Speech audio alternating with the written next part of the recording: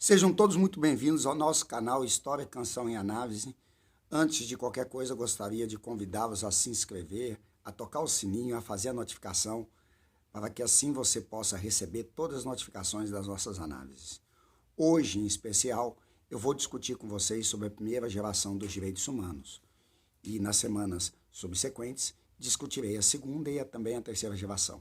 De antemão, quero salientar que essa noção de primeira, segunda e terceira geração de direitos humanos, ela foi colocada dessa forma, de maneira didática, por um jurista chamado Karel Vassac, em 1979, quando houve em Estrasburgo, na Alemanha, uma conferência internacional pelos direitos humanos, e ele, então, a partir da leitura da Declaração Universal dos Direitos Humanos de 1948, e também, é claro, da Convenção de Genebra de 61, ele vai estatuir e colocar para a comunidade internacional, que muito bem recepcionou essa sua leitura didática, de que os direitos humanos eles se perfizeram ao longo da história em 3 gerações. Uma primeira geração, portanto, que ele classificou com o nome de liberdade, porque essa primeira geração vai defender os direitos e garantias individuais do cidadão, bem como os direitos civis e os direitos políticos. Uma segunda geração, igualdade, que é a consagração dos direitos sociais, e uma terceira geração, portanto, por um problema que decorre a partir do momento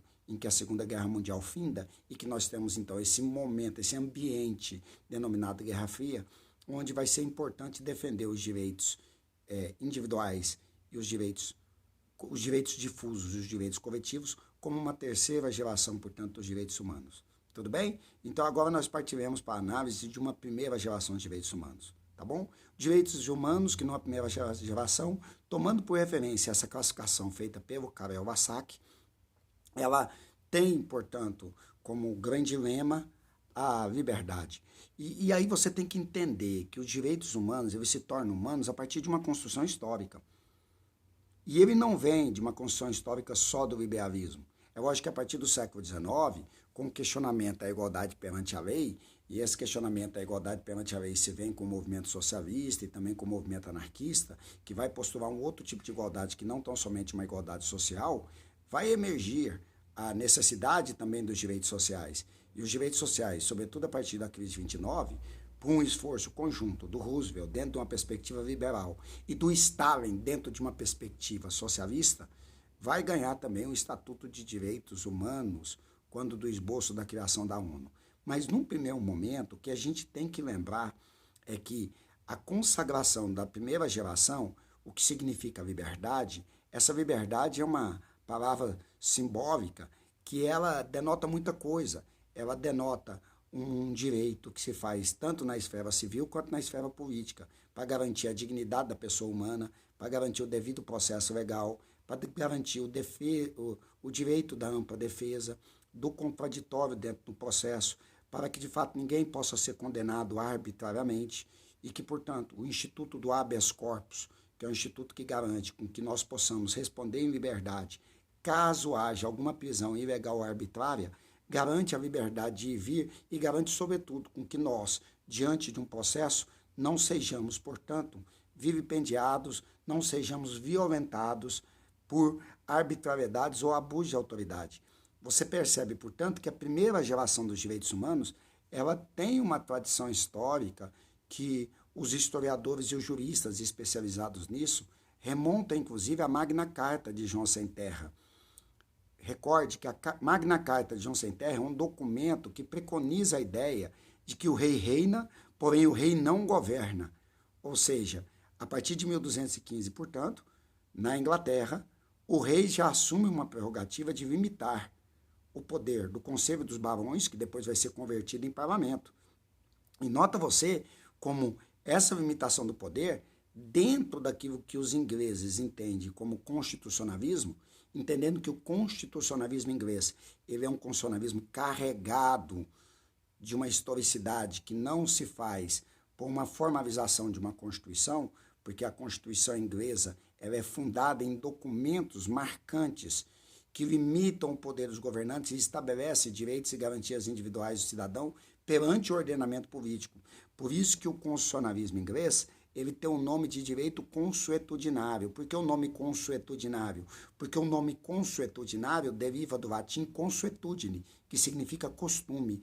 Portanto, é um direito costumeiro em que cria uma Constituição construída materialmente, historicamente, sem que necessariamente tenha um corpo chamado Constituição. Eu costumo sempre dizer aos meus alunos que se alguém for numa livraria e voltar de lá e falar para você que ele comprou uma Constituição da Inglaterra, você pode chamar 6 nele, que ele está te roubando. Ele está te trucando e não tem carta nenhuma na mesa. Porque não tem como falar de uma Constituição inglesa materializada numa forma, por exemplo, de um livro. Enquanto há que se falar que isso é possível no constitucionalismo francês, ou no constitucionalismo brasileiro, ou no constitucionalismo norte-americano, tudo bem. Mas na perspectiva inglesa, isso não tem como acontecer. Por quê? Porque o direito na Inglaterra, ele se faz de uma ordem costumeira, consuetudinária.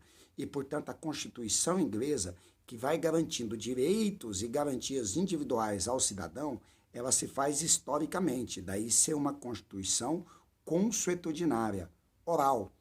Entende? E aí os documentos fundantes, portanto, desses direitos é a Magna Carta de João Sem Terra, é a Petição dos Direitos e, sobretudo, o The Bill of Rights, que é o documento que, em 1688, possibilitou a realização da Revolução Gloriosa.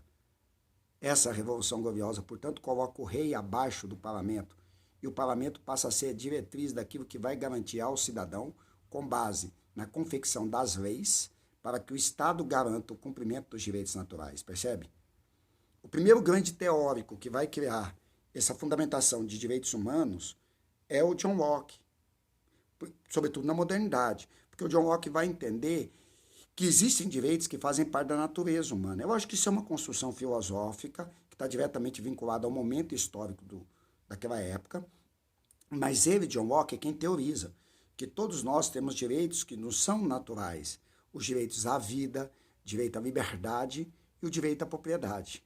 E isso, portanto, está dentro de um sistema que garanta para nós que esses direitos sejam realizados pelo Estado, utilizando como instrumento a lei. E a partir daí, portanto, tanto a Declaração dos Direitos do Homem, do Cidadão, que é um documento que sustenta a Revolução Francesa em 1789, como também a Declaração dos Direitos dos Estados Unidos de 1791, em que o Madison teve um papel fundamental para que assim pudesse consagrar os direitos humanos, estabelecendo uma conexão com o pensamento lockeano, mas não só com o pensamento lockeano, mas também uma conexão com a perspectiva de Montesquieu, com a perspectiva de Rousseau e também com a perspectiva de Voltaire, que foi um filósofo muito importante, sobretudo na liberdade de expressão, como se essa liberdade de expressão fosse aquilo que nos garantisse com que nós, cidadãos, pudéssemos manifestar o nosso direito de ser reconhecidos nas nossas opiniões, nos nossos votos, na nossa liberdade de associar, na nossa liberdade de se filiar a um partido político. Perceba, portanto, que a primeira geração dos direitos humanos ela é fundada no final do século XVII, com o segundo Tratado de Governo Civil do John Locke, e ainda é aprofundada no século XVIII com todos os pensadores liberais, e é consagrada no XIX. Percebe? E aí a Declaração dos Direitos Universais, de 1948, recepcionou esse entendimento. A Declaração dos Direitos Universais tem 30 artigos. Você vê que ele não organiza em gerações. Você está convidado a lê-los. E esses documentos, ou esses artigos da Declaração Universal dos Direitos Humanos, eles estão trazendo a primeira e a segunda geração. Quem organiza dessa maneira é o Karel Vassac. Mas é interessante por quê? Porque a Declaração Universal dos Direitos Humanos, ao consagrar os direitos e garantias individuais do cidadão, tanto direitos civis quanto direitos políticos, e toda perspectiva de liberdade que envolve isso tudo, bem como atentar para a necessidade de garantir a dignidade da pessoa humana, fundamenta, portanto, essa nossa primeira geração. Então, a primeira geração, liberdade. E aí você repara como é fundamental que nós tenhamos em mente que é uma construção histórica que vai garantir com que os seres humanos, em escala mundial, possam ser agora respaldados e resguardados em direitos que proteja a sua dignidade civil como cidadão, como pessoa humana, e a sua dignidade também como um cidadão político, como aquele que pode escolher, como aquele que pode associar, como aquele que pode manifestar sua opinião, como aquele que pode escolher quem lhe governa e, ao mesmo tempo, filiar um determinado partido para que assim possa fazer valer suas ideias. Tudo bem? Então, essa foi a primeira geração dos direitos humanos. E agora nós vamos, então, analisar com vocês, num segundo momento, a segunda geração dos direitos humanos. Grande beijo, fica bem, inscreva-se no canal, toque o sininho para receber as notificações. Obrigado.